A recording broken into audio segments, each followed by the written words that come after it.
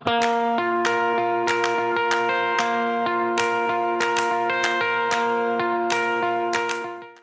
theme is education technology that's easy to use and easy on the planet.